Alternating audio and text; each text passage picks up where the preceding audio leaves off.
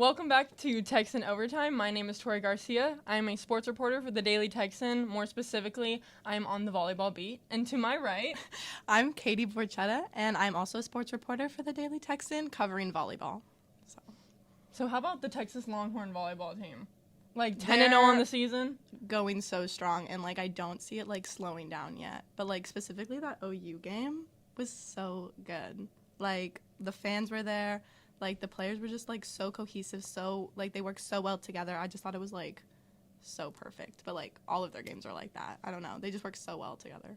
Gregory Gym was completely sold out. What was it? No. 4,343 fans showed up for the Red River Rivalry. Literally insane. My friends were literally texting me, they're like, we can't get in. We were just turned away. And I was like, oh, wow, that's so crazy. I think that just, proves how important, this Texas-OU matchup is across all sports on all dimensions. It's not just focusing Texas OU on football, but people love this rivalry. No, yeah. And Texas volleyball has been dominant over OU for the past, I think we've won the past 16 games. We have. Against OU. For, the whole history of the time we've played against each other, I think, the total, matchup history has been, 59-4. So we've won 59 times while they've only won 4 times. So to me, it's not even, a matchup. It's, we're ahead. So I wasn't even there to cover the game, but Katie was. So tell me about the momentum of the stadium. Oh my gosh, it was crazy. I was finding myself, because I'm reporting, so I'm finding myself not to cheer and clap. I'm no, stop. But no, I think fans are realizing because I was talking Garrett during a press conference, and he was just talking about how much the sport is growing and how people are realizing oh my God, volleyball is so fun to watch, and it's just so cool, so crazy. But the game itself was, without, the fans and stuff like that, obviously, the game itself was so live. So our setter, Sage, and Asia O'Neal, had, a great dynamic the entire game. I got to talk to Asia after the game, and they were talking about how they were best friends and, how that really, helped, the duo on the court. It was so cool. Logan did a few good things, as always, obviously, and then, I think she's one ace away from breaking, the Longhorn, record for the most aces in her career, so that is so cool. Yeah, another sweep. Our 6th of the season, actually. Literally out of 10. That's so good. I think that was very it was very good for us to come back and get this sweep after the Kansas game, because it was an away game. The Kansas game was an away game, and I covered that game, and we came down, we were 0-2 on the match for sets, and I think it was really powerful and gave us so much momentum for us to come out in this OU game and really show our dynamic as a team. No, yeah, I definitely agree. I was watching that game, the Kansas one. I was biting my nails the entire time. It was so intense.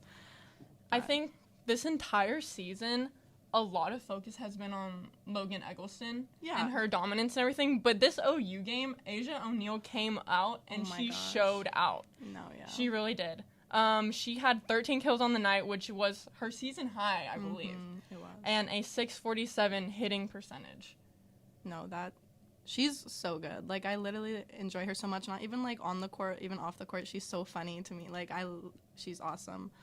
I think something, noteworthy to make about this OU game is, in the Kansas game, I think one of the reasons that we struggled so much in the beginning was because we relied on 1 or 2 players at a time. In the Kansas game, we relied on Logan Eggleston and Madison Skinner for the majority of our points.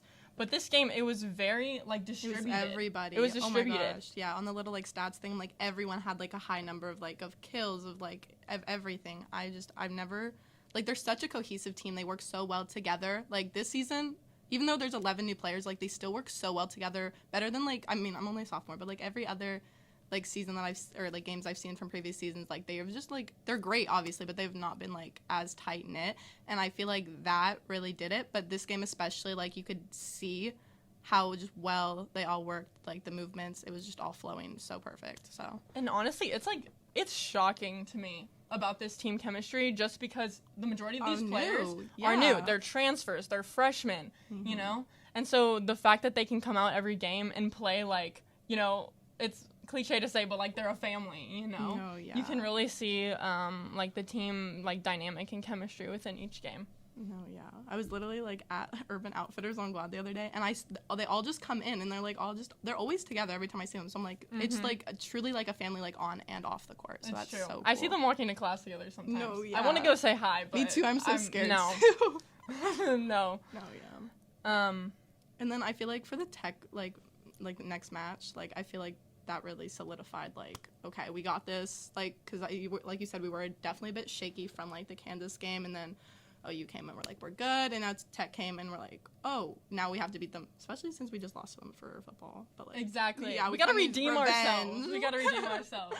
But I think, going back, I think that Texas volleyball has only been tested a couple times during this season. Going back to the University of Houston game, we were down 1-0 for sets, and then this Kansas game 2-0.